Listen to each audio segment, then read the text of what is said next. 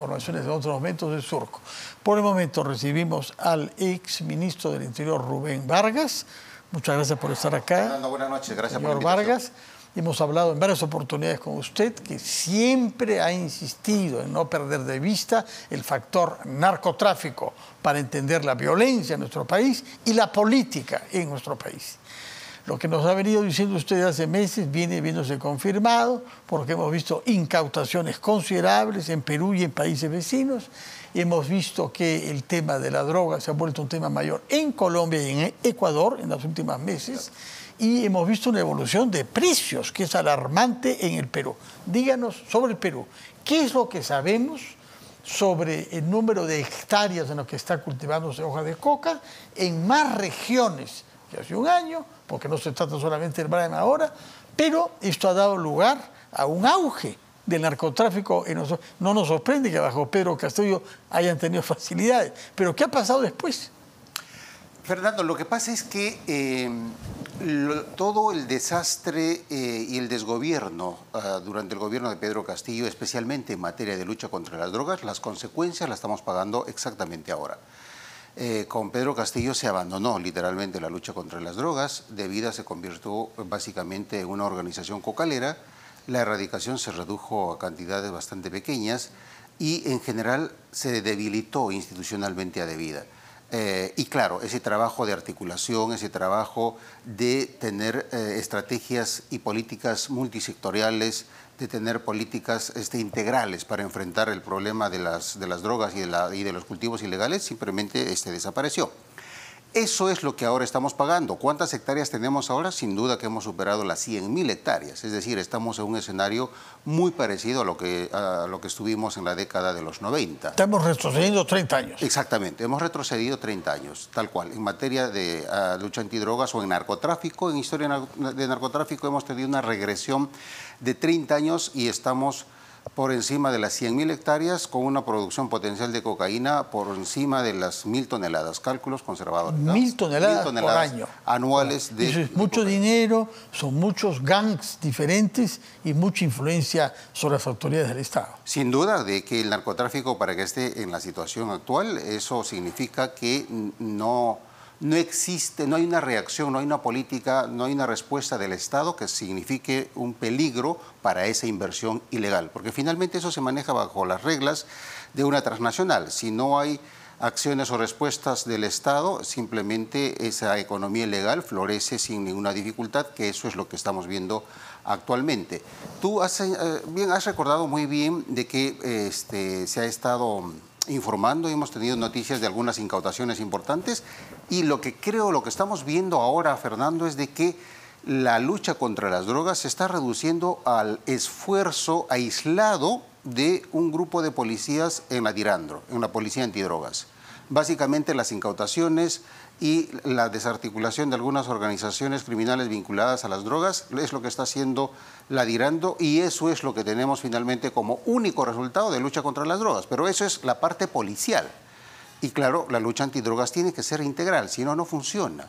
Eso pensábamos que ya se había entendido después de 50 años de historia del narcotráfico, pero en este momento la lucha antidrogas se reduce a un trabajo heroico de la policía antidrogas. El resto de componentes, el resto de instituciones que también tienen que estar presentes de acuerdo a la política nacional de lucha contra las drogas simplemente están ausentes.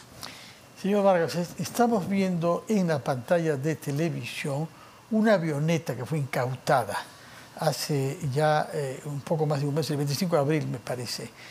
¿Cuál es la situación ahora del vuelo en la zona del BRAE? Porque durante mucho tiempo Estados Unidos impedía, prohibía que se use toda forma de tecnología norteamericana para sobrevolar ahí. Explíquenos en qué situación nos hallamos frente a este problema, habida cuenta de que hay más y más pistas donde hay avionetas que aterrizan con toda libertad, con más facilidad que en algunos aeropuertos podría decirse.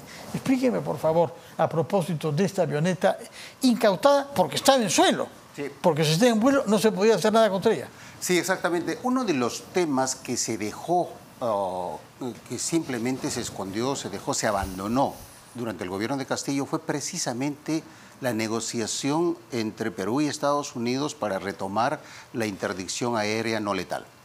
Este es un tema que se debió haber avanzado y se tendría que haber ya llegado a acuerdos para que la interdicción regrese, pero con esa característica de ser no letal. Hay acciones que se pueden realizar de manera eficiente para evitar o para cortar ese puente aéreo.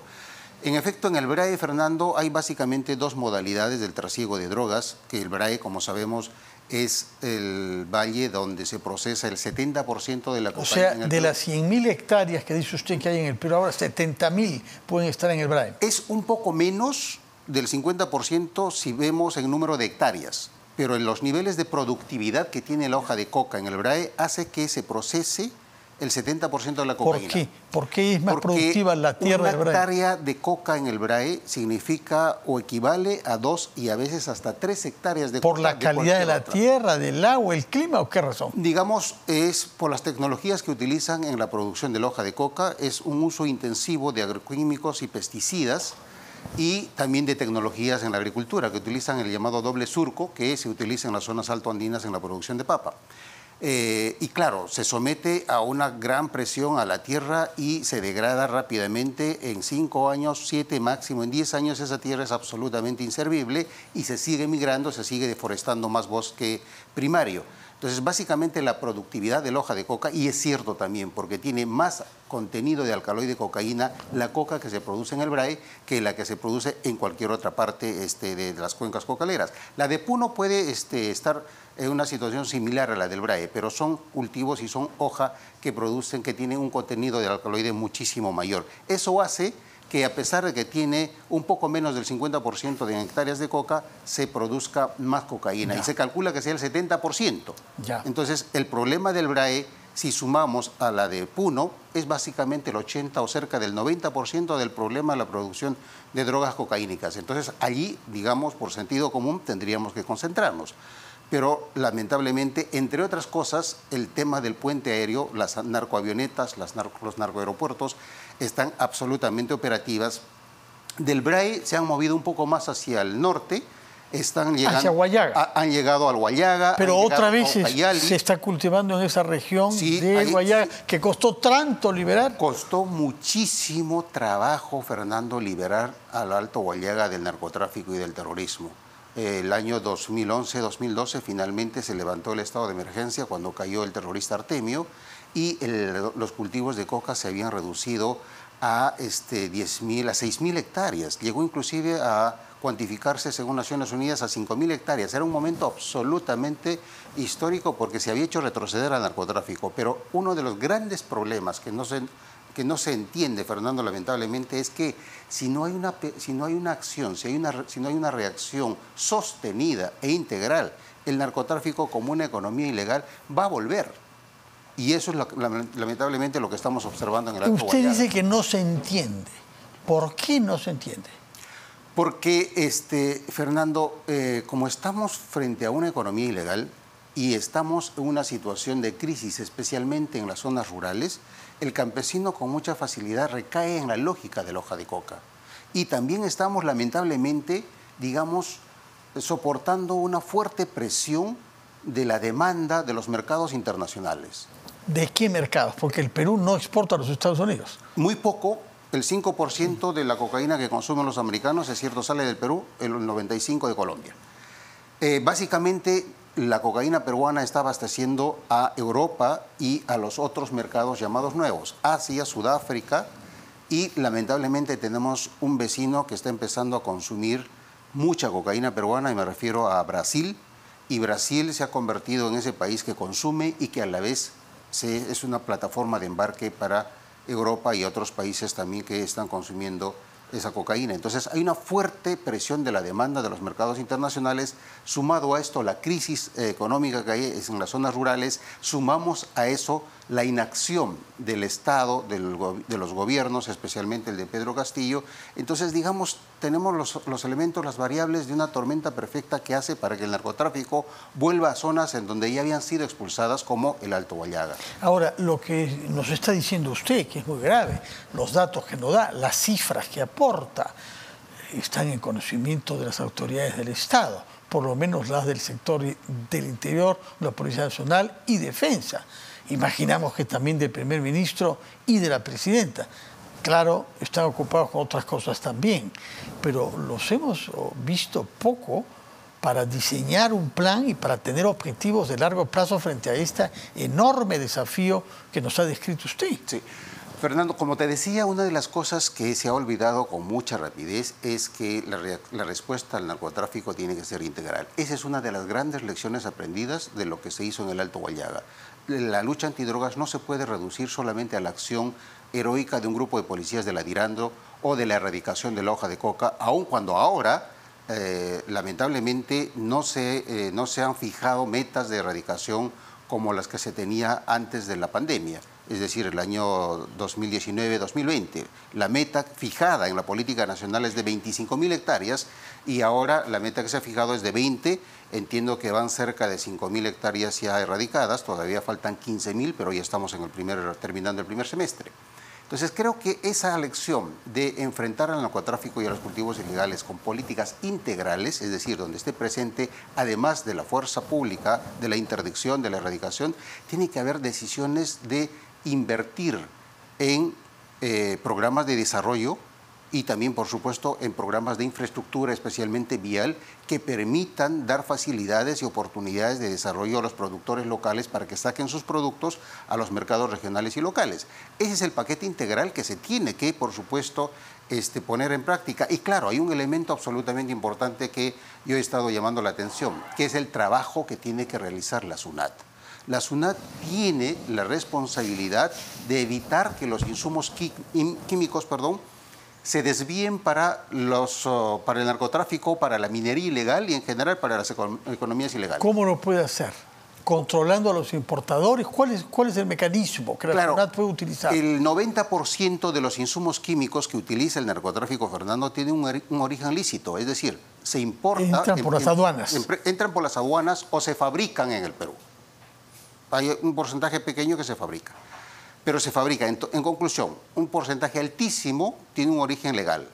Y la SUNAT, de acuerdo al marco legal actualmente vigente, está en la obligación de identificar quiénes son los que importan, los que fabrican y los que comercializan y los que utilizan para su proceso industrial, para su proceso productivo. Ellos tendrían que cerrar el círculo a efectos de que no desvíe ese producto a las pozas de maceración, ese insumo químico.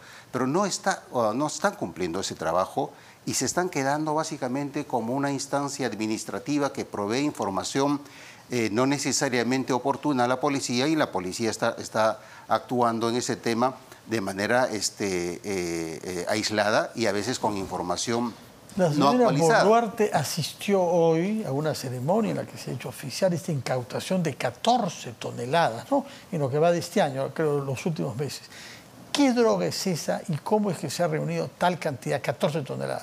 Entiendo, Fernando, que es la sumatoria de las incautaciones que se ha realizado en los últimos 3-4 años. Y a eso es precisamente a lo que yo me refiero, que es un trabajo heroico el que está haciendo un sector de la policía antidrogas, de la Dirandro.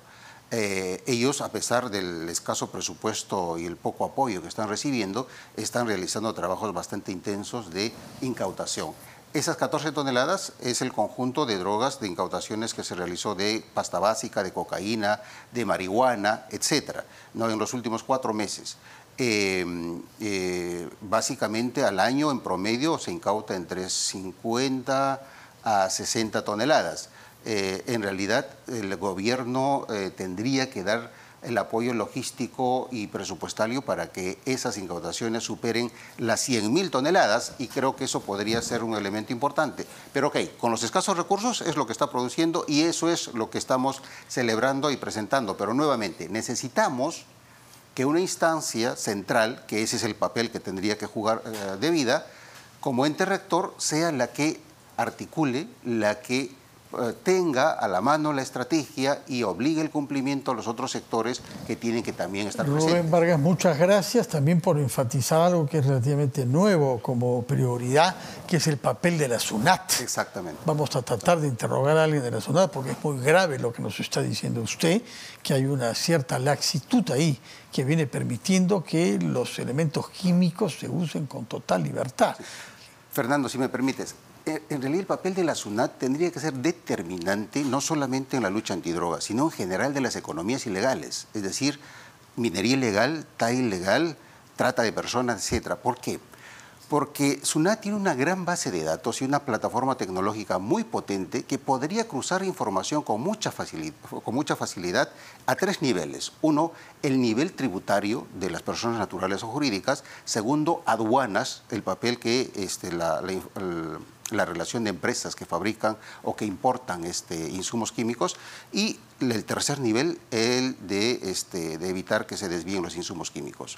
Si se cruzara esa información, fácilmente se podría saber quiénes son los que están fabricando o quiénes los que están subiendo su patrimonio personal. Rubén Vargas, muchas gracias por su presencia. Recuerdo que usted es un abogado y ha sido ministro del Interior y de larga data. Se ha especializado en temas de lucha por la seguridad ciudadana.